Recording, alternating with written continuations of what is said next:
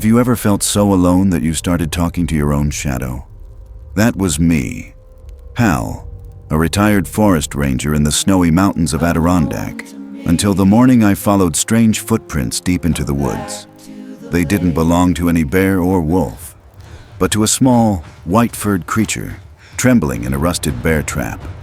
A baby Bigfoot, intelligent, scared, and somehow, when he looked at me, it felt like he saw me, truly saw me, as if I was the only family he had.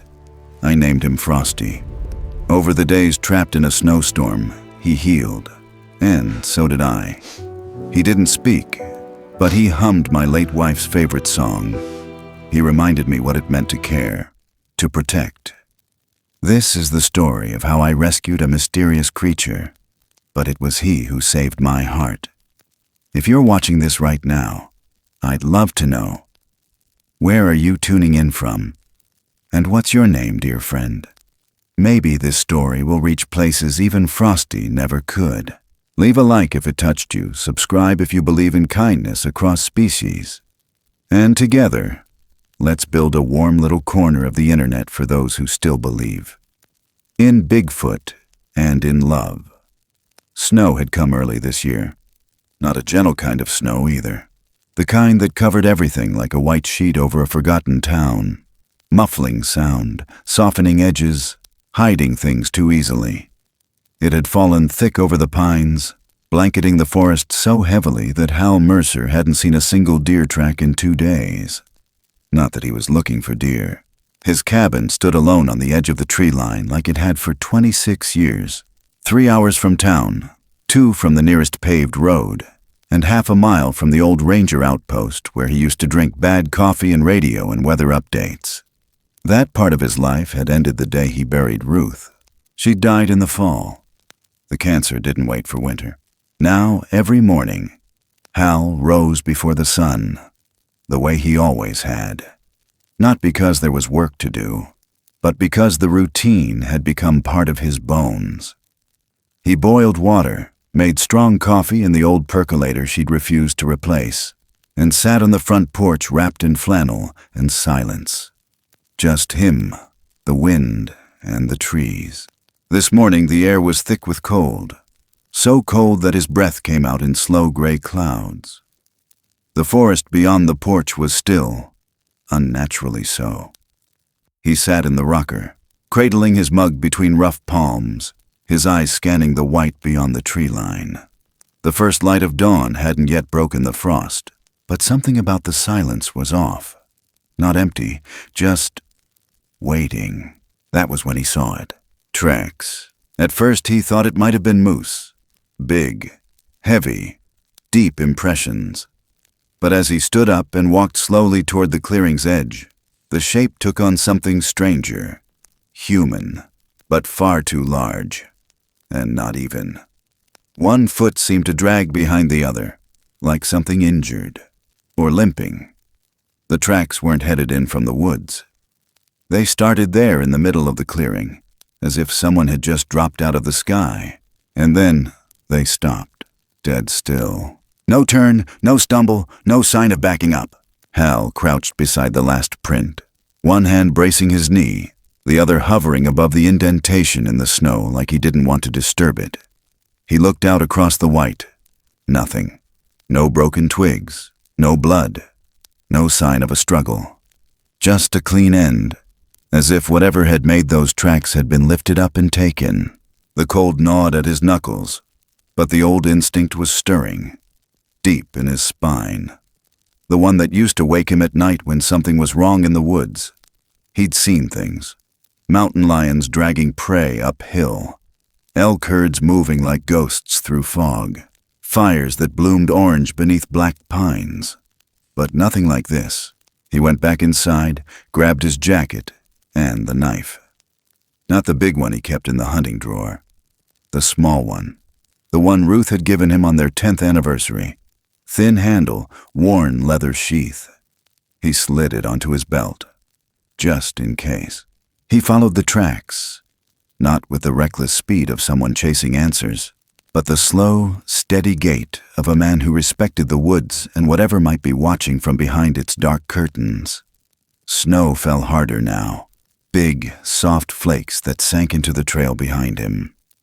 The wind had picked up, curling between trees like fingers running through hair. Hal walked in deeper. The forest didn't speak. It watched. An hour passed. Maybe more. He didn't check his watch. He didn't need to. The light had shifted. The pine needles overhead were glazed with frost, and the deeper he went, the more the sound returned. Cracking branches, creaking trunks, distant bird call. Then, something else. A whimper. Small, guttural, not quite animal. He stopped, head tilting slightly. Hand on the hilt of the knife. There it was again. Not a howl, not a growl, just pain. Trembling, breathless pain. He crept forward, boots silent on the snow. Between two birch trees, past a rotten log. He saw it. The trap was old, rusted, teeth gnarled from time and weather. A bear trap. Illegal. Outlawed years ago in these parts. He remembered pushing for that ban himself. Too cruel. Too careless. And now it held something he couldn't quite name. It was a child. But not. Curled in the snow, breathing hard, chest rising and falling with effort. Covered in thick, matted fur. White as the snow itself. Limbs long and too lean for a bear cub. Hands, not paws. Thick-fingered, shaking. Its leg was caught in the trap, blood crusting around the edge where skin, or whatever was beneath the fur, had been torn. But it was the eyes that froze Hal in place. Jet black, deep, wide, and unmistakably human. It looked at him, not like an animal watching a predator, like a child begging for mercy. Hal didn't move. Not at first. Not because he was afraid, but because something in him, some old, half-buried part, was being called up. He crouched slowly.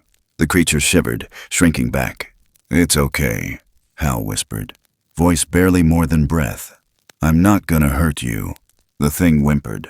Then, slowly, almost like it was testing its strength, it reached a hand toward him. Small, shaking.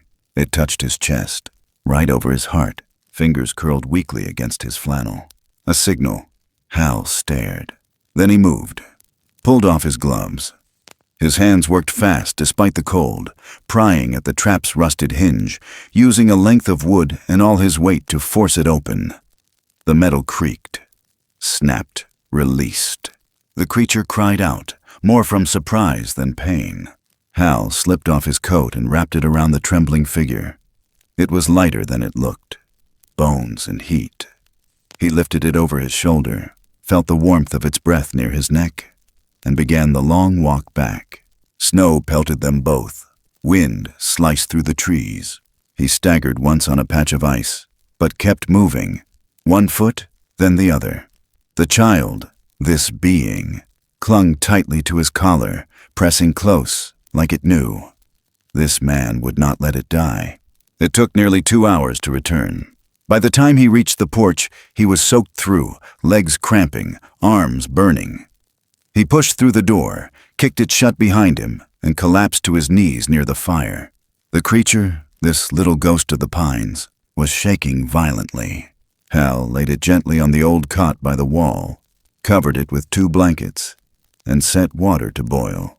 "Frosty," he muttered, glancing over his shoulder. "I guess that's your name now." He didn't know why he said it. Maybe it was the snow in its fur.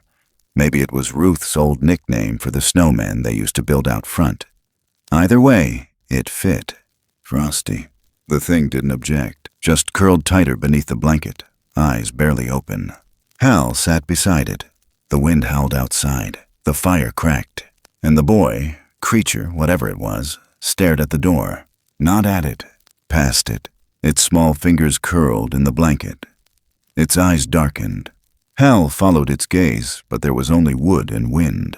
Still, he felt it too. A weight, a presence. Like something out there in the pines was waiting. Watching? And maybe it wasn't done. Not yet. The storm didn't let up that night. Snow kept coming like a quiet war, burying everything in slow waves. Inside the cabin, the fire cracked low, throwing orange shadows across the walls, flickering against Hal's lined face as he knelt beside the cot. The boy, no, not a boy, not really, lay still beneath 2 layers of blankets, pale steam rising from the wet fur as it dried. Hal didn't know what to make of it. It had hands, feet, those long lashes, and the way it clung to his coat like something that had learned fear. There wasn't anything wild about the way it looked at him. That look had memory, recognition, a wordless trust that felt too fast and too fragile. He pulled a damp cloth from the basin, still warm, and dabbed gently at the wound on its leg. The trap had done damage. Deep bruising, but no fracture. The skin under the fur, tough, dark, almost leathery, had been punctured but not torn through. He cleaned the gash carefully, worked the iodine around the edges, and bandaged it tight with what he had. The thing didn't flinch, didn't fight. It just stared, those black eyes glossy in the firelight, like wet stones pulled from a stream. Hal set the cloth aside, poured some milk into a chipped mug, and held it out. At first, the creature didn't move, but then a small hand emerged from the blanket, thick fingers, 3 long nails. It took the cup with both hands, sniffed, then drank. Slow, careful. Hal sat back, watching it drink, listening to the storm scratch at the windows. For a while, nothing else happened. Just fire, wind, breath, the steady rhythm of a strange, impossible moment settling into the room like it belonged. Hal leaned against the wall and rubbed at his temples. He hadn't slept. Didn't want to. His mind was too loud, too full of Ruth's voice. If she'd been here, she would have known what to do. She'd always had a soft spot for lost things. A wounded owl, a half-dead fox, a kid from town who broke his arm trying to climb her apple tree. She would have looked at this creature and seen the same thing. Pain, need, something to be saved. Then he heard it, a hum. Soft, clear. It started like a breath held too long, then uncurled into a tune. Simple, slow. Each note spaced like stepping stones over water. He turned. The creature, Frosty, as he'd called it in a half-joke, was rocking gently, humming, and the tune. Hal froze. It wasn't just any tune. It was Ruth's. The lullaby she used to hum while stirring soup, folding towels, brushing her hair at night. The one she sang when she thought he wasn't listening. The melody no one else could have known. Not even the neighbors. His throat tightened. Something sharp cut through his chest, and he stood abruptly, as if the act of hearing it had burned him. The mug slipped from his hand, clattered against the floor, didn't break, but echoed too loud in the small space. Frosty stopped humming. The room went still again. Hal bent down, picked up the cup, set it aside. His hands shook, and he didn't bother to hide it. "How do you know that?" he whispered. But the creature didn't answer. It couldn't. But its eyes never left him, and in them, he saw no malice, just something old, something deeper than voice. He sat back down, slower this time. The firelight wavered, and for a long time, they just sat there. 2 lives sharing one secret neither of them could explain. Morning came heavy with more snow. The world outside looked like it had been erased. Hal moved through the motions. Firewood, kettle, checking the windows and locking the door tighter than usual. Frosty hadn't spoken, but he watched everything. When Hal rinsed out the pot, Frosty mimicked the stirring motion with his hands. When Hal lit a lantern, the creature tilted his head, then reached out to touch the glow. It wasn't mimicry. It was learning. The day passed in silence, and then another. Frosty's wound began to close. He limped less. He ate more. Crushed berries, warm milk, bits of egg and toast mashed into pulp.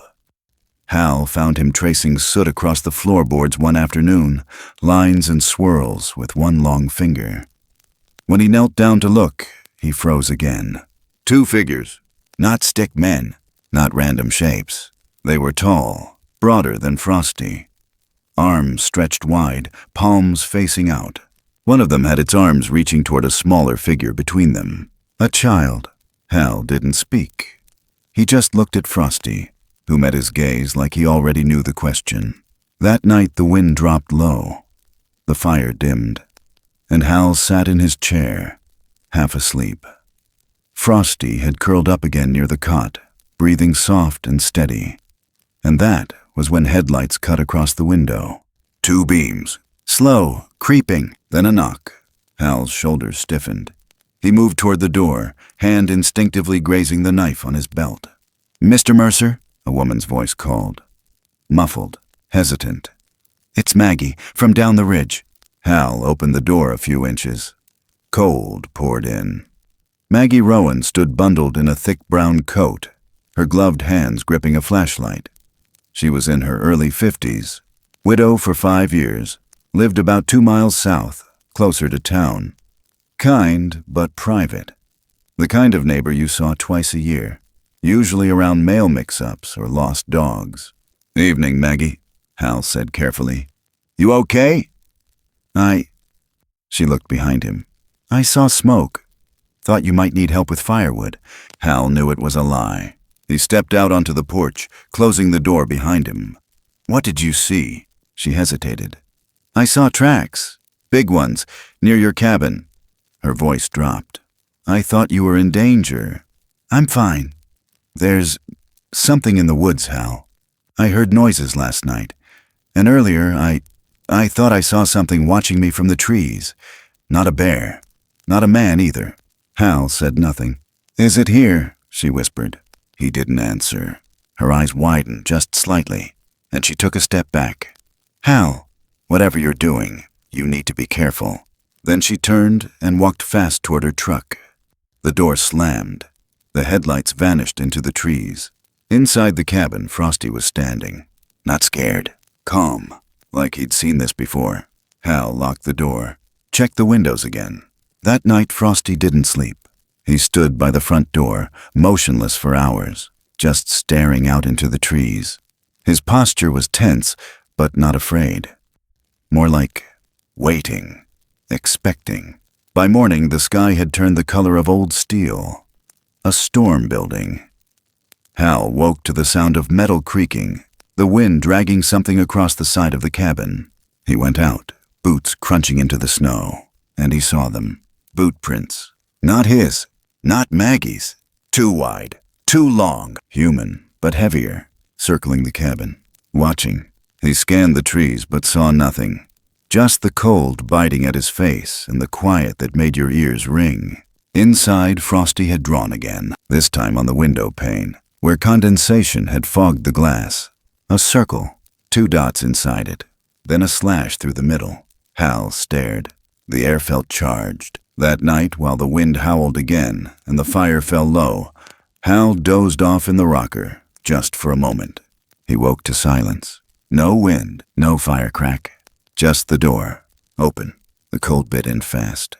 Frosty was gone. Hal rushed to the threshold, his heart hammering louder than the storm outside. The snow was blowing hard now, swallowing footprints faster than they could be made. But for a moment, he saw him. Just past the clearing, standing still, looking back, like he didn't want to leave, but had to, their eyes locked. Hal didn't call out, didn't move, because somehow he understood. Frosty was going toward something older than either of them, and Hal, whether he wanted to admit it or not, was already a part of it. The wind had shifted by nightfall, less angry now, more cautious. The kind of breeze that whispered between pine needles like it was carrying news. Hal felt it the moment he stepped outside. He'd been waiting, sitting by the door since sunset with his boots half-laced and his old coat slung over the chair. Frosty hadn't come back. It had been 2 days. Not a sound, not a footprint. Just that gnawing quiet. The kind that gets under your ribs and makes you double-check the locks at night even if no one's ever knocked.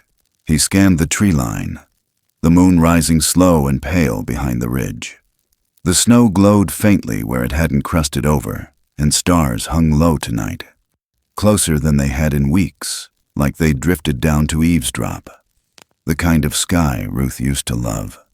She'd drag him outside in her coat and slippers and say, "You can't stay mad under stars like that." He hadn't believed her, but he let her say it anyway.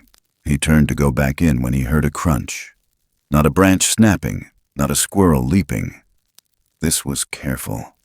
Human. Then a voice. "Hey, don't shoot!" Hal froze. A boy, small, ragged, stepped out from behind a snow-dusted tree.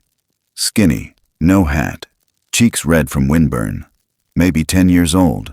Dirty jeans, a jacket 2 sizes too big, half-zipped. One glove missing, eyes sharp. Hal stared. "What the hell are you doing out here?" The boy hesitated. I live down near Dry Creek." "Kinda. Not really." He kicked at the snow. "Name's Benji." "You lost?" Benji shook his head. "Not exactly, just avoiding somebody." He shrugged, but his voice dipped when he added, "My dad's been drinking again." Hal understood that kind of silence. He didn't press. Benji squinted past Hal toward the cabin. "You got a fire going?" Hal nodded. "Come on, you'll freeze out here." They walked back together. The boy moved fast, but his footsteps were nervous, like he expected the woods to answer back. Inside, warmth spilled across the floor, and the smell of burnt coffee clung to the air. Benji hovered near the fireplace, rubbing his hands. "You live alone?" he asked. "I do." "Except you don't, right?" Hal didn't answer. Benji turned. "I saw it. The white one. 2 nights ago, not far from here. I thought it was a ghost at first, but it—" He paused. "It helped me." Hal narrowed his eyes. "I was out too late," Benji said. "Got turned around. Wind picked up. I couldn't feel my hands. Then it came. Just stood there watching. I fell once. Couldn't see where I was going. It ran ahead, cleared the path, stayed between me and the trees." Hal said nothing. Benji looked up. "I think it saved me." He sat down on the rug and pulled out something wrapped in cloth from his coat pocket. Inside was a cracked leather notebook, half burned, pages torn. "My dad works with some guys. Strangers. They bring guns. Big ones. One of them said there's a bounty. Not legal, but real money. On a creature. Said there's something white up here that'd fetch tens of thousands. Taxidermy, DNA, whatever. Don't matter. They're hunting it." Hal's jaw tightened. Benji leaned in. "It's not a monster, is it?" "No," Hal said quietly. "It's not." The kid exhaled like he'd been holding it in for hours. "I knew it. I knew it wasn't some freak like they said." Later that night, Hal walked the perimeter. Nothing moved. The snow had hardened in the cold, and his boots cracked the crust with every step. He paused by the corner of the cabin where the porch light barely reached, eyes scanning the shadows. Nothing, but something sat heavy in the air. Something close. He turned in just as a flash of light caught his eye. Headlights. 2 of them, coming up the ridge slow, like whoever was driving didn't want to be noticed. He went inside and bolted the door. Benji was asleep on the cot, curled up in Hal's old army blanket, the notebook still clutched in his hand. Hal checked the window, saw the glow disappear behind a drift of pine. He didn't like this. Not one bit. Then came the knock. 3 sharp raps. He stepped to the door, cracked it. Maggie Rowan stood outside again, snow clinging to her hair. Her voice was low, tight. "I had to. I told the sheriff." Hal's face didn't move. "I thought you were in danger," she said. "And there's something I thought I saw. The way that thing looked at me." "It wasn't threatening you," Hal said. "But it's still wild, and people talk. She looked past him. "I didn't mean to start something. I swear." "Too late," he said, and shut the door. 10 minutes later, a pair of cruisers pulled up. Sheriff Denny Briggs stepped out. heavy coat zipped to his chin, flashlight in hand. He'd known Hal for decades, used to fish with him when Ruth was still alive, but his face tonight said he wasn't here for a visit. "You hiding something, Hal?" "I'm trying to survive a winter." "You alone?" Hal didn't answer. Briggs nodded to the deputy. They stepped closer to the porch. "I got a call," the sheriff said. "Woman claims you might be keeping something exotic." Hal's eyes didn't waver. Briggs sighed. "Mind if we take a look around?" "You got a warrant?" "We could get one." Benji appeared behind him, rubbing his eyes. Briggs tilted his head. "Who's the kid? Ran away from home. His father's drunk off his ass again." The sheriff shifted. "That true, son?" Benji nodded, silent. Hal added, "You gonna arrest me for giving a cold boy shelter?" Briggs stared, then relented. "Just keep things quiet. People are nervous. You know how stories grow in towns like this." Hal didn't speak as the cars pulled away, just watched their taillights disappear into the snow. An hour later, Benji was wide awake, pacing near the window. "I think they scared it off." Hal looked up. "Who?" "Frosty." He paused. "That's what you call it, right?" Benji smiled weakly. "Frosty." Hal sat still. "How long have you been watching?" Benji shrugged. "Since the second night. I saw it near the creek, then again by the ridge. It never got close. Just watched." "Why didn't you say something?" "I thought maybe it didn't want me to." Outside, the wind had picked up again, but something cut through it. A sound. Drums. Faint, distant. Boom, boom, pause, boom. Not rhythmic like a song, more like language. Benji stood by the window. "You hear that?" Hal nodded slowly. Benji whispered, "It's calling." Hal stepped outside. The stars were still impossibly low, like they'd fallen closer just for this. The sound came from the tree line.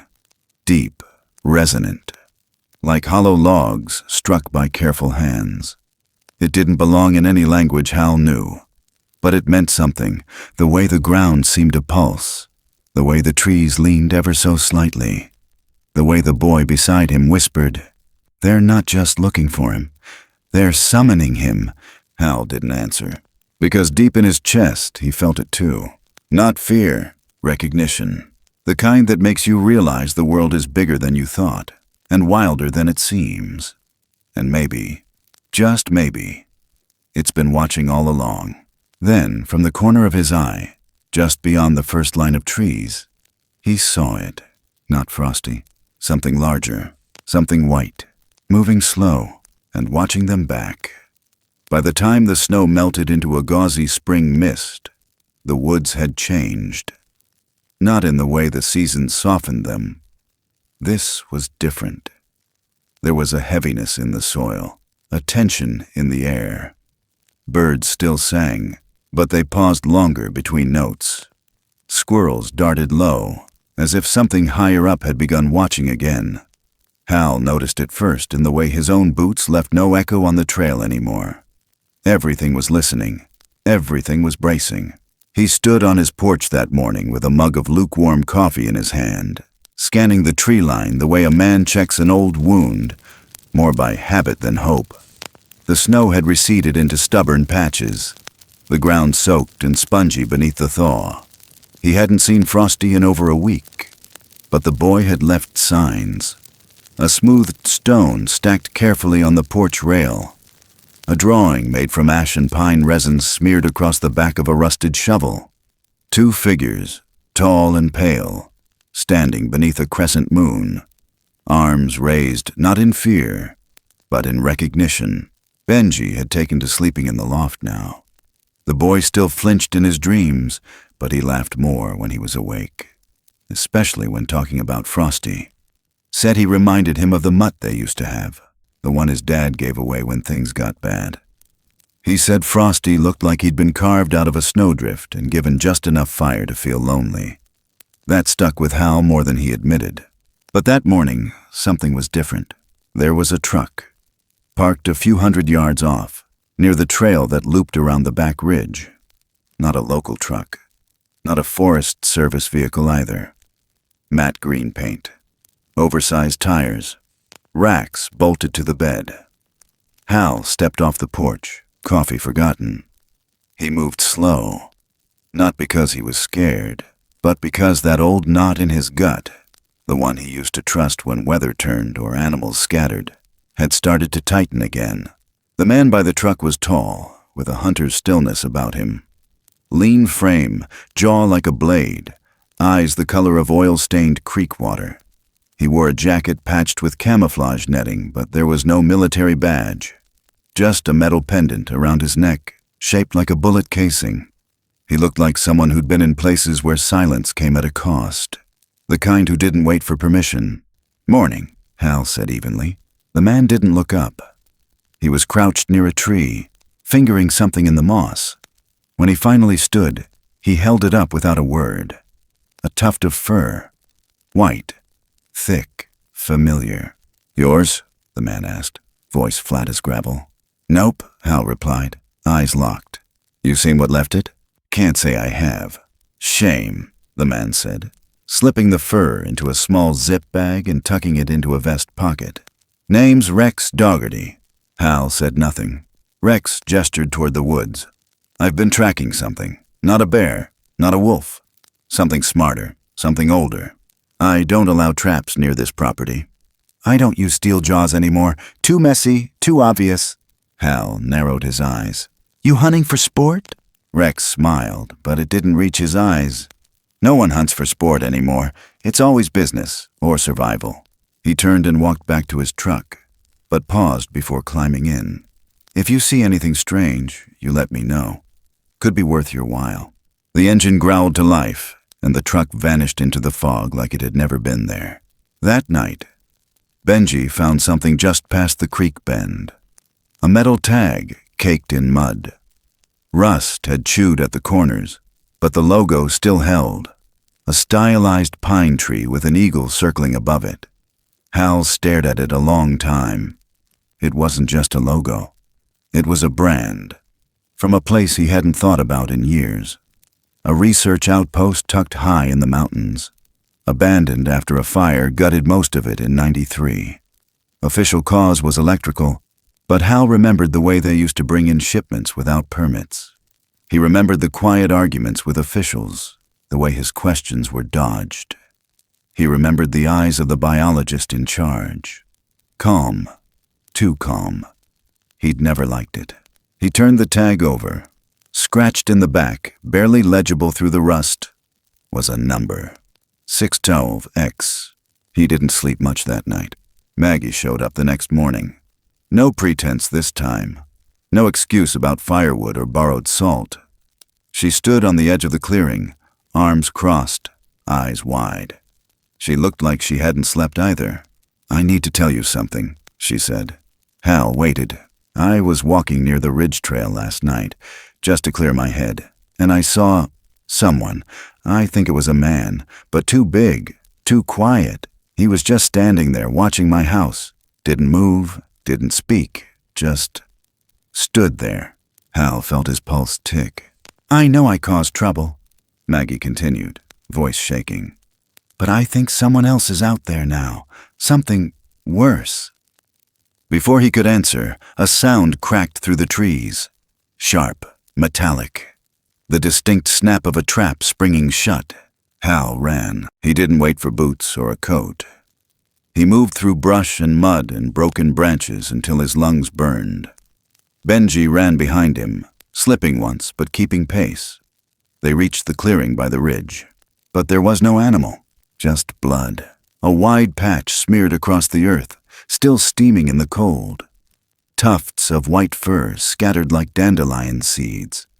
Drag marks veering off into the brush. Frosty wasn't there, but something had been. Benji dropped to his knees, fists clenched. "It's happening again," he whispered. "Like with Max, my dog. My dad let that guy take him, said he was just an animal, said it didn't matter." Hal scanned the area. No bodies, no prints. Just the eerie quiet of something done too cleanly, too fast. That night, they stayed inside. Hal boarded the windows. Benji curled up by the fire, clutching the notebook he refused to part with. Maggie sat in the rocker across the room, shotgun across her lap, mouth a thin line. Then, just before midnight, Frosty appeared. Not in the cabin, outside, right at the tree line. He didn't move like before.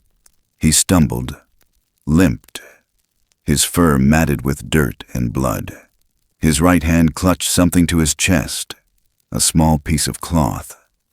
He didn't come forward, just stared, and then he dropped the cloth and vanished into the dark. Hal stepped outside slowly, picking up the scrap. It wasn't random. It was a piece of Rex's jacket, torn clean. Later, long after Maggie had gone and Benji had finally fallen into a twitching sleep, Hal sat at the edge of his porch with the cloth in his hands. The night stretched long and cold around him. He heard movement, but it didn't come from the forest. It came from behind the house. He stood, knife in hand, moved slow. A shadow darted past the woodpile, another near the shed. Then the glint of a flashlight, brief, blinking, too calculated to be accidental. Rex was back. He was close. And he wasn't alone. Inside, Frosty's low moan rose like smoke from the corner of the room.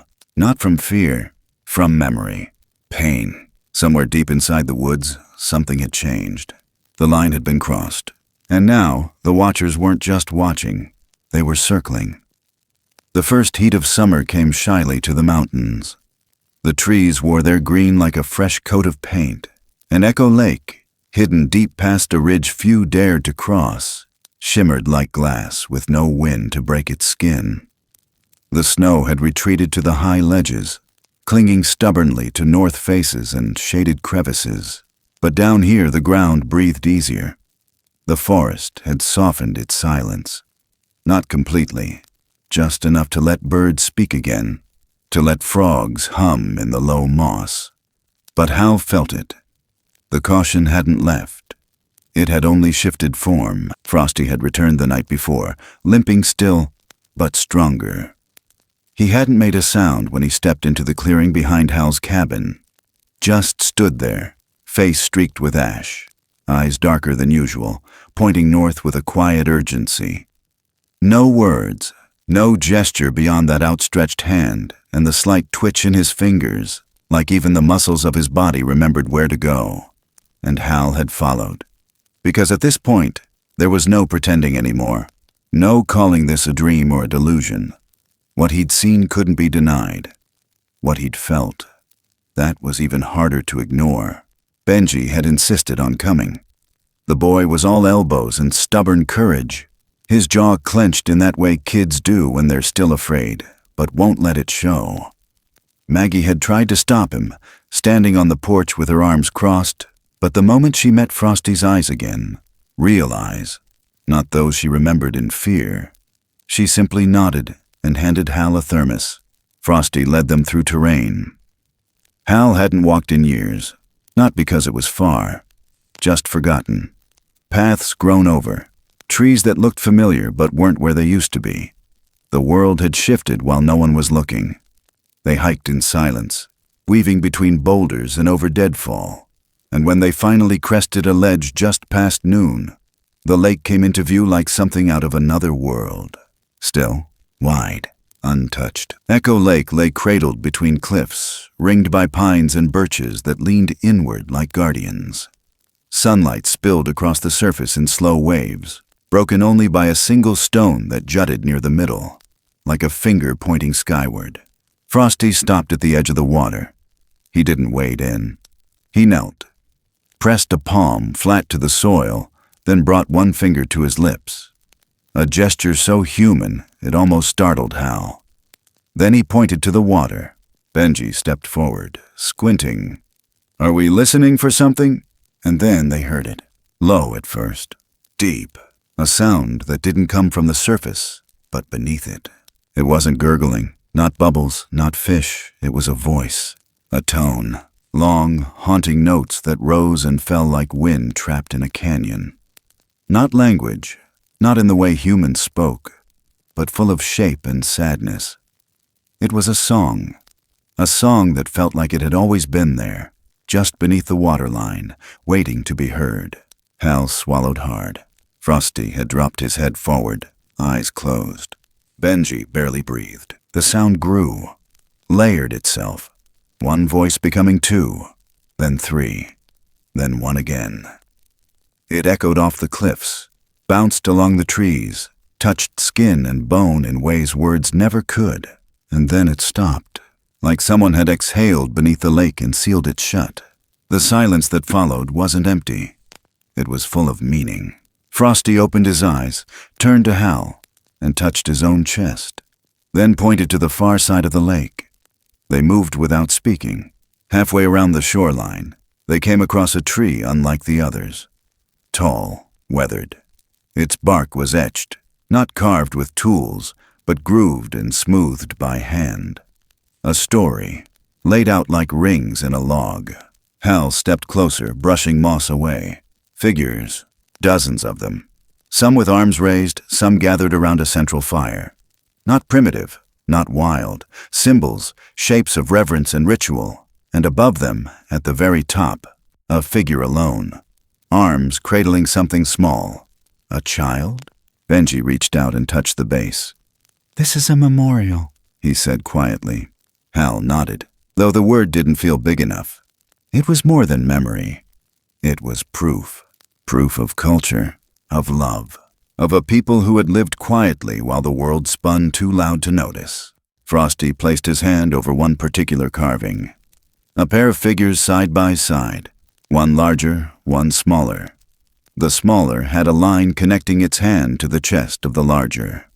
Hal stared at it a long time before realizing the line wasn't rope. It was flame. He backed away, letting the image settle. Then Frosty looked up at him, and in that look, just a glance, Hal saw a flash that didn't belong to now. He saw a forest burning.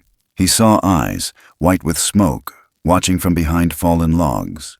He saw men, angry and loud, with traps in one hand and torches in the other. And he heard screams.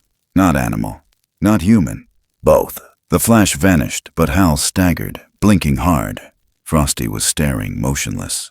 The memory wasn't his alone. Hal had felt it too, passed from eye to eye, like a photograph burned into the mind without ever being taken. Benji's voice came soft. "It happened here, didn't it?" Hal looked at the lake again, and somehow it looked different now. Less like a secret, more like a grave. They sat by the tree for a long time. The wind changed, bringing the scent of water and pine and something older than both. Benji broke the stillness with a question that landed like a stone. "My dad's helping them, isn't he?" Hal didn't answer. The boy nodded anyway. "I heard him talking, on the phone. Said they're closing in. Said he'd get paid more if he just told them where the thing—" He stopped himself. "Where Frosty hides." He stood. "I think they already hurt one of them. Like bad. That's why he brought us here. He wanted us to know, so we wouldn't let them do it again." Hal stood too. "We won't." But the words felt too thin, too easy. The truth was they were too few, too slow, too late. Benji pulled something from his jacket. A photograph, worn, corners curled. It was of a dog, black and white, muzzle graying. "This was Max," Benji said. "The one my dad said didn't matter." Hal looked at the photo. Benji folded it. "I never forgave him for giving Max away. He said it was just a dog. Just, like that meant it couldn't feel being left." His voice cracked. "I don't want to feel that again. Not with Frosty." They stood in silence, three shapes beneath the tree, the lake behind them holding stories no one had ever written down. Then, from across the lake, movement. On a cliff, a figure, massive, standing still, white fur rippling in the breeze. Watching, it didn't approach. It didn't hide. It just stood tall. A presence that didn't need sound to be heard. Frosty stepped forward, eyes wide. The figure raised one hand, not waving. A gesture of recognition, of reunion. Then it vanished behind the cliff. Gone, but not lost. Benji turned to Hal, voice barely a whisper. "That's his dad, isn't it?" Hal nodded slowly. "Or his guardian, or something even older." They stood there as the sun began to dip, casting gold across the surface of Echo Lake. The water rippled, the air hummed. Frosty knelt again, pressed his palm to the ground, and whispered something that didn't need translation. It was a name, not one Hal understood, but one the earth seemed to recognize. He felt it, and the silence that followed held the weight of everything that came before, and everything still coming. The sky above the ridge had turned the wrong kind of blue, cold, too clean, as if the clouds had forgotten it was summer. Thin ice stretched like old glass across shallow puddles. The tree branches held frost again, even in June. It wasn't natural. Hal felt it in his teeth, the kind of cold that didn't come from weather. It came from consequence. He stood at the edge of the tree line, boots planted in frozen soil that should have been mud. The mountains hadn't seen snowfall in weeks, but the forest here whispered otherwise. The frost lay across the underbrush like a warning. Every breath came out visible. It was as if the land itself was holding its breath, waiting for something. Frosty had stopped eating. He no longer lingered near the fire. He barely slept. He kept his head tilted, listening, not to the wind, not to the birds, but to something deeper, something threaded beneath the normal sounds of the forest, a vibration in the earth, a change in the rhythm. And Hal had stopped trying to distract him. There was no hiding from it now. The signs were too clear. Maggie showed up early that morning, her hair pulled back tight, hands clenched in her coat pockets. She didn't speak at first, just held out something in her palm. A single clump of white fur, soaked in blood. "By the trailhead," she said. Hal didn't ask what she was doing out there. They all had their reasons for walking strange paths these days. Frosty moved closer, sniffed the fur, then recoiled. His hands went to his ears, nails digging in. His whole body trembled, a low moan vibrating out of his chest, too soft to be a cry but too deep to ignore. Hal knelt beside him, placing a steady hand on the boy's back. It felt like touching a furnace, burning from the inside out. "Whoever it is," Hal said softly. "They're hurt, maybe worse." Frosty opened his eyes, and something ancient flickered behind them. Not panic, not grief. Resolve. He stood, then turned into the woods without a sound. They followed. The trail wound higher than Hal expected, past the ridge, past the last old ranger marker, into a part of the forest he hadn't hiked since his 20s, back when maps still held blank spaces.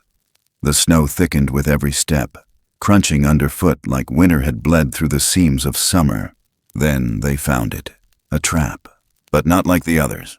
This one was massive, custom-built, bolted into the rock with steel cables. The teeth weren't designed to kill, just to hold. Long enough to chain, long enough to display. It had been sprung, but it was empty. What remained was worse. A patch of fur, shorn with a blade. Deep grooves in the snow, drops of blood. More than a wound. Less than a death. Benji knelt beside it, eyes wide. "They took him," he said. "Whoever it was, they caught one of them." Hal didn't speak. Frosty did. Just one sound. A noise Hal had never heard from him before. Guttural, high and broken, like a branch under too much pressure. It wasn't fear. It was fury. He turned and took off again. They ran after him. An hour passed. Maybe more. The trees began to shift. Thinner, colder. The light dimmed even though the sun still stood in the sky. They reached a ridge of rock shaped like a sleeping bear. Frosty stopped there, pointed. A narrow crack opened between boulders. A cave. Dark. Old. Frosty slipped inside. Hal ducked, following. The temperature dropped instantly, like stepping into a grave. Moss clung to the walls, and the ceiling rose higher than expected, widening into a chamber carved by time and wind and grief. Frosty moved to the far wall, where torchlight, his own, brought from the cabin, lit faint markings drawn in clay and soot. A mural. Not new. Not for them. A history. There were shapes of fire. Tall men with spears. Something like helicopters, drawn as birds with blades. figures running, hiding, falling. In the center, a mother, tall, strong, holding a child wrapped in her arms while flames reached behind her. Next to her, a skeleton, not drawn, real, tucked into a stone crevice. Covered in offerings, smoothed stones, deer teeth, pressed flowers long dried. The body wasn't fresh, but it hadn't been forgotten. Frosty knelt in front of it. He didn't cry. He just sat and pressed his forehead to the cold floor. Benji stayed back, heart pounding in his ears. "They've been burying them here," he whispered. "All this time." Hal studied the cave, every line of paint, every claw-marked detail, and his hands balled into fists. They're not hiding, they're remembering. But the stillness cracked. Faint voices echoed from outside, male, sharp, and then a scream. Not Frosty. "Benji." Hal turned, heart lurching, sprinting toward the light at the mouth of the cave. Benji was gone. Only his footprints remained in the frost. And a second set, larger, newer. Boot prints. Rex. The trees swallowed sound. Hal ran harder than he had in years. Legs burning, breath scraping, following the tracks downhill back toward the logging road. He caught the tail end of it. Rex's coat vanishing between the trees. The glint of a rifle slung over one shoulder. Benji struggling in his grasp. The boy kicked. "Claude!" yelled. But Rex clamped a hand over his mouth and dragged him toward a clearing where a quad bike sat idling. Hal reached the edge just as Rex shoved Benji to the ground and raised the rifle. "Don't!" Hal shouted, stepping out. Rex turned, smiled. "That you, Mercer?" Hal lifted his hands, eyes on the rifle. "Let him go." Rex didn't lower the weapon. "Kid saw too much, and you've been harboring something that doesn't belong in this world. It belongs more than you do. That thing, whatever it is, it's worth more than this entire mountain. Hunters are coming, real ones, scientists, private buyers. You have no idea what it's worth. It's not for sale." Rex cocked the rifle, and then a roar split the air. Not human, not animal. Both. Rex flinched.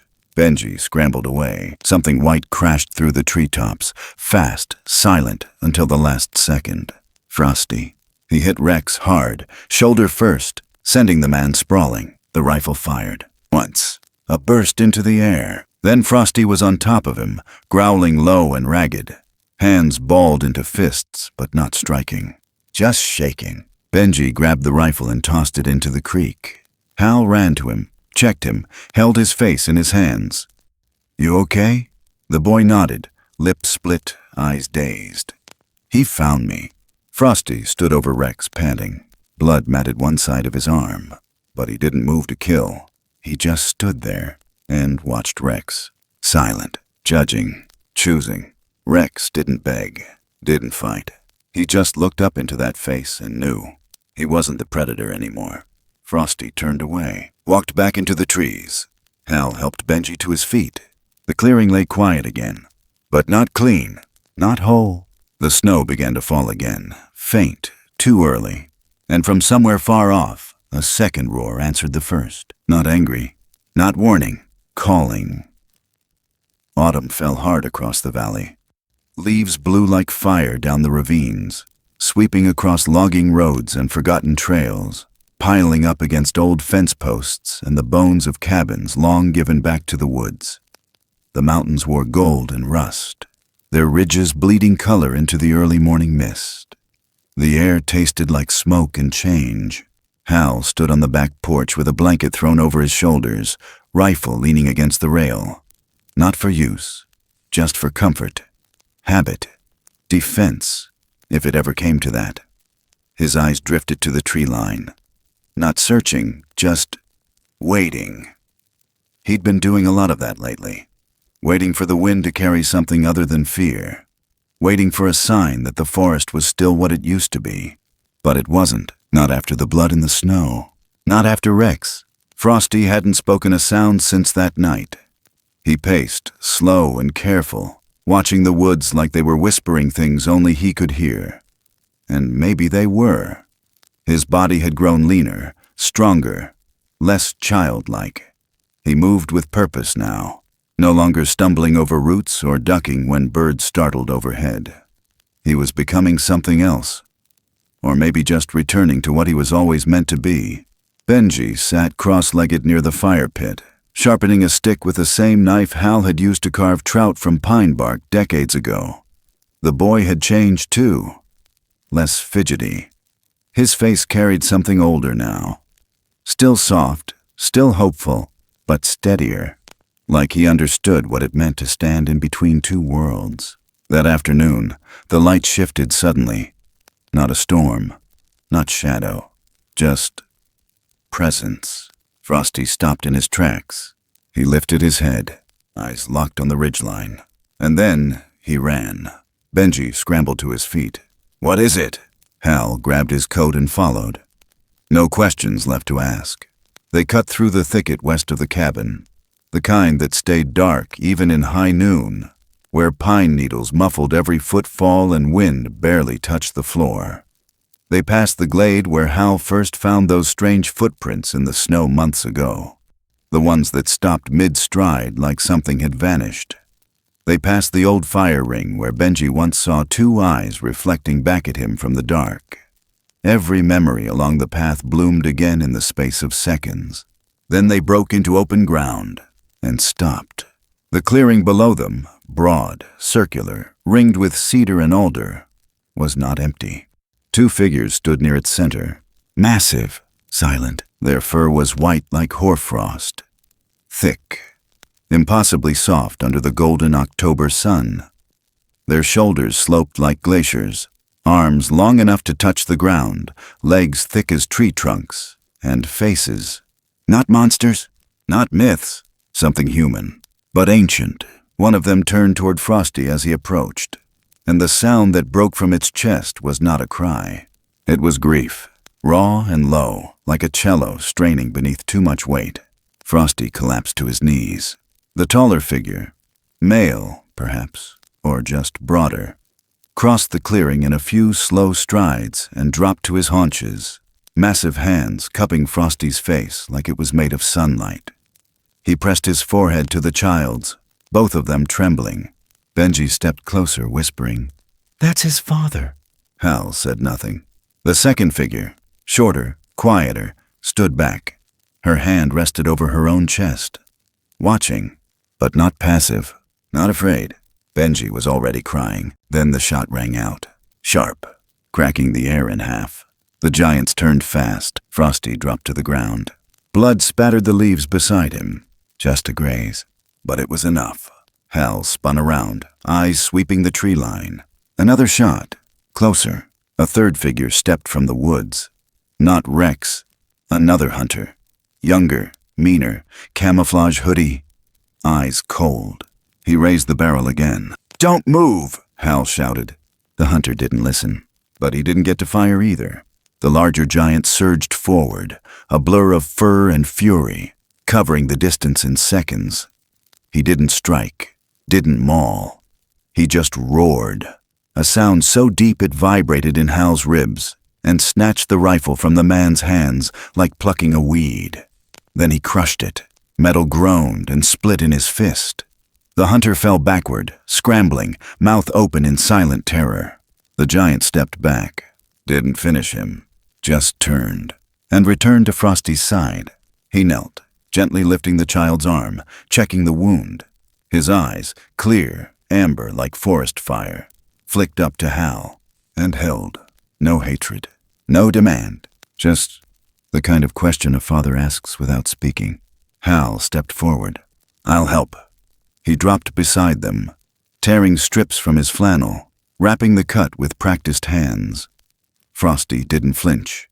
He watched Hal the whole time, eyes wide, locked, not blinking. The female figure moved forward now, one hand extended, resting it lightly on Frosty's back.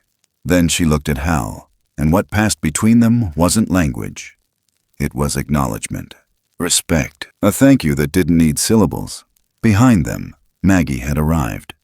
She wasn't shouting, wasn't running, just standing at the edge of the clearing, her eyes swimming with something bigger than belief. She dropped to her knees and wept. Benji walked over, still shaking. and wrapped his arms around Frosty. "I'm here," he whispered, and Frosty leaned into him. The larger giant watched this and made a choice. He stood, turned toward the hunter, who was still frozen against a tree, shaking like leaves. The giant walked slowly, deliberate. Every step thundered. He knelt in front of the man, eye level, and raised one hand.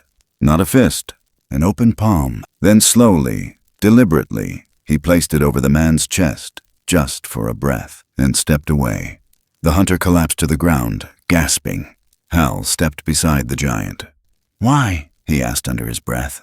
The creature looked down at him, and Hal understood. Because mercy is what separates them. Because kindness is how they remember who they are. Because rage doesn't rebuild forests. It only burns them. And then it happened. The giant turned to Frosty, knelt again, and embraced him. Not possessive. Not goodbye, but something older. A passing. Then he stood and turned to Hal, and bowed. Not deeply, just enough. Enough to matter. Enough to shake something loose in Hal's chest that he didn't know was still held together. And in that moment, the air shifted again. The wind picked up. The trees swayed, but the forest didn't feel like it was hiding anymore. It felt open, alive, welcoming. Benji looked up at Hal, his face streaked with tears. "Family means not leaving each other behind," he said, voice trembling. Hal reached out, rested a hand on his shoulder. "You're damn right." The giant stepped back toward the trees. Frosty didn't follow yet. He looked at Hal. That same look he gave the first night they met. A question, a plea, a thank you. Hal stepped forward, hands shaking, and cupped Frosty's face. "You'll always have a place here," he said. Frosty nodded. "Once," then turned and walked away. Not a child anymore, but something more. And behind him, the white giants disappeared into the autumn woods. No sound, no trail, just the memory of their weight in the soil. Their scent in the leaves, their shape in the wind. And Hal stood there, heart raw, knees weak, breath visible in the late fall air. It wasn't over, but something had ended, and something else had just begun. Winter came quietly that year. No warning. No thunder in the hills or sudden gust through the chimneys. Just one morning, the cabin's windows lit up pale and bright, and the world outside had been painted over. Not heavy, not deep, just enough to blur the edges of what had been. The frost didn't bite. It settled gently, like a hand on a shoulder.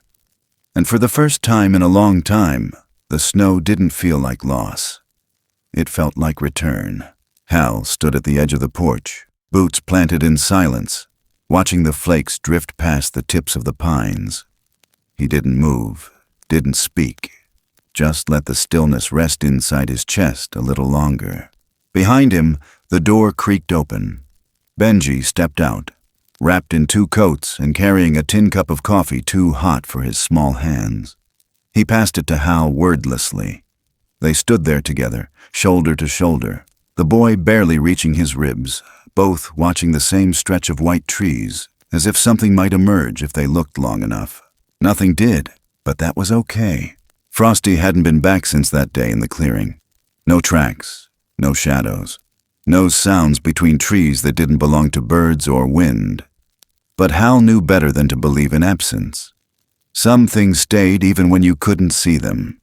The way Ruth's voice still lived in the worn-out record stacked by the fire. The way her handwriting still ghosted across the yellowed labels in the pantry. The way her humming sometimes crept into his dreams, as clear as the first time he heard it from the kitchen door. Grief didn't end. It softened, changed shape, and sometimes, when you were lucky, it brought something back with it. Maggie came up the trail later that morning, cheeks red from the cold, boots scuffed from the ridge. She didn't knock anymore, just walked right in, set a bundle of firewood by the hearth, and started the kettle like she'd always lived there. Hal didn't mind. There were too few good people in the world to keep them outside. They'd rebuilt the ranger station together. Not completely. Not like it was in the old days with maps on the walls and clipped radios chirping reports. But enough. The bones of the place still stood. And now it had a wood stove that didn't wheeze and shelves full of notebooks labeled by season instead of protocol. Maggie handled most of the filing. Hal wrote down what he noticed. Animal patterns, wind shifts, broken branches where they shouldn't be. He never wrote Bigfoot. He didn't have to. Benji had been living with his aunt since October. Safer, quieter. She had chickens and a mutt that loved to sleep curled against the boy's legs. But he came up on weekends, always carrying that same tattered sketchbook, filled now with drawings no one had taught him to make. Frosty's face, the tree carvings, the hollowed cave walls with handprints in ash. Sometimes he drew things Hal couldn't recognize. Not yet. Maybe things still coming. That morning as Hal stepped back into the cabin, he paused. Something shifted outside. Not sound, not motion. Just a feeling. He opened the door again. There, resting on the porch rail, were 3 clumps of snow. Not random. Not natural. Pressed together carefully, each one smaller than the next. 3 little snowballs. Together they formed a rough shape. A heart. Hal's breath caught. Benji stepped outside again, saw it, and froze. He didn't speak. Didn't need to. The boy walked over and touched it softly, like it might melt at the wrong kind of touch. "He's still here," Benji whispered. Hal nodded once, the kind of nod that holds back something bigger than tears. All winter the snow kept falling, and every time it did, Hal would find a new heart on the porch. Always made of 3 pieces, always gone by midday. Never footprints, just presence. He never told anyone outside the ridge. The town had moved on. Most people figured the whole mess with the hunters was just a spat between survivalists. No one investigated deeply. The mountains had a way of swallowing evidence, and truth, and mercy. Rex came back in January. He didn't knock either. He stood at the edge of the clearing like someone returning to a crime scene, hat in hand, face pale and worn thinner than it should have been. No weapon, no swagger, just silence. Hal met him halfway. They didn't raise voices, didn't swing fists. They just stood. 2 men, 2 ghosts of what they'd almost become. "I was wrong," Rex said. His voice cracked on it. Hal looked at him long and steady. "You're alive." "I shouldn't be." Hal exhaled slow. "But you are." Rex nodded. "I want to help. Whatever you're doing out here, protecting. I'll carry wood, watch trails, just don't let it all die with me." Hal didn't answer right away. Then he turned, started walking. Rex followed. Spring came late, but it came, and with it thaw. The frost lifted from the rocks. Water ran again in the creek, laughing its way over stones like it had nothing to forget. And somewhere in the high canyons, a voice returned. Not a roar, not a cry. A song, faint, carried on wind. Maggie heard it while hanging linens near the station. She paused, eyes wide. Benji heard it while drawing by the lake. He stood up so fast he dropped his pencil. And Hal, he heard it while splitting wood, the axe falling still in his hands, his whole body turning toward the trees before his mind could catch up. It wasn't the same as before. It was fuller, richer, like it had been layered with all the seasons in between. It didn't come closer. It didn't need to. Because they knew. Frosty was no longer a lost child. He was part of something larger now. Something alive, and watching, and waiting. Every year after that, on the first snowfall, the heart returned. 3 pieces, pressed with care. Hal would sit beside it on the porch, hat pulled low, fingers wrapped around a cup of something warm, and stare out at the woods like they were his oldest friend. And sometimes, if the light was just right, and the wind didn't fight too hard, he swore he could see shapes moving between the trees. Tall, white, patient. They never came closer. Never needed to. Because kindness never disappears. It just takes root in the places we least expect, and blooms again each winter. Soft, quiet, and strong. As strong as a gentle heart that never stopped believing something good might return. In the quiet hush that follows the final snowfall, we're left not with noise or fanfare, but with a feeling. One that's hard to name, but unmistakably human. This was never just a story about winter or wilderness or the mysteries hidden in the trees. It was about something far older, far softer, and far stronger. The enduring power of compassion, even in the face of silence, even in the absence of answers. Sometimes, the most extraordinary bonds are formed not through understanding, but through presence. A gesture, a gaze held, a kindness offered when no one is watching. It's easy to believe the world is cold, that time is cruel, and that everything good is too fragile to last. But stories like this remind us of something else. They whisper gently that what we choose to protect, what we choose to love, can echo far beyond us. We live in a world full of noise and speed, where everything is explained, posted, recorded, and filed. But the most important things, the ones that change us, often happen in silence. They're the choices we make when no one is looking, the small mercies we extend, the forgiveness we give, not because it's deserved, but because our hearts have room for it. There are forces in this life that don't seek attention, that don't fit into headlines or hashtags. They move quietly between trees. They show up in the way we speak to a stranger, in how we care for what can't speak for itself. And sometimes, if we're very lucky, they leave something behind. A sign, a memory, a mark that says, "You were kind. I remember." This story is a reminder that gentleness is not weakness, that mercy is not naive, and that love, true, unguarded, inconvenient love, has the power to bend the arc of things. It doesn't erase pain, it doesn't undo loss, but it offers a place to set it down. It gives us shelter. And maybe, just maybe, it teaches us how to become shelter for someone else. Because in the end, it's not what we hunted, conquered, or proved that defines us. It's what we chose to care for, what we held close when the world told us to let go. It's the quiet promises we kept, the soft boundaries we honored, the wild things we didn't try to change, only understood. And perhaps that is the deepest kind of truth, that the forest remembers kindness, that the snow carries stories, and that somewhere, just beyond what we can see, someone, or something, remembers that we once made room for love. Thank you for listening. Thank you for opening your heart. If this story left you with something, an image, a feeling, a question, we'd love to hear it in the comments. Your thoughts mean more than you know. And if you'd like to journey with us again into the quiet corners of the wild, where mystery still breathes and compassion still matters, be sure to subscribe and follow the channel. Until next time, stay warm, stay kind, and never stop listening for the footsteps between the trees.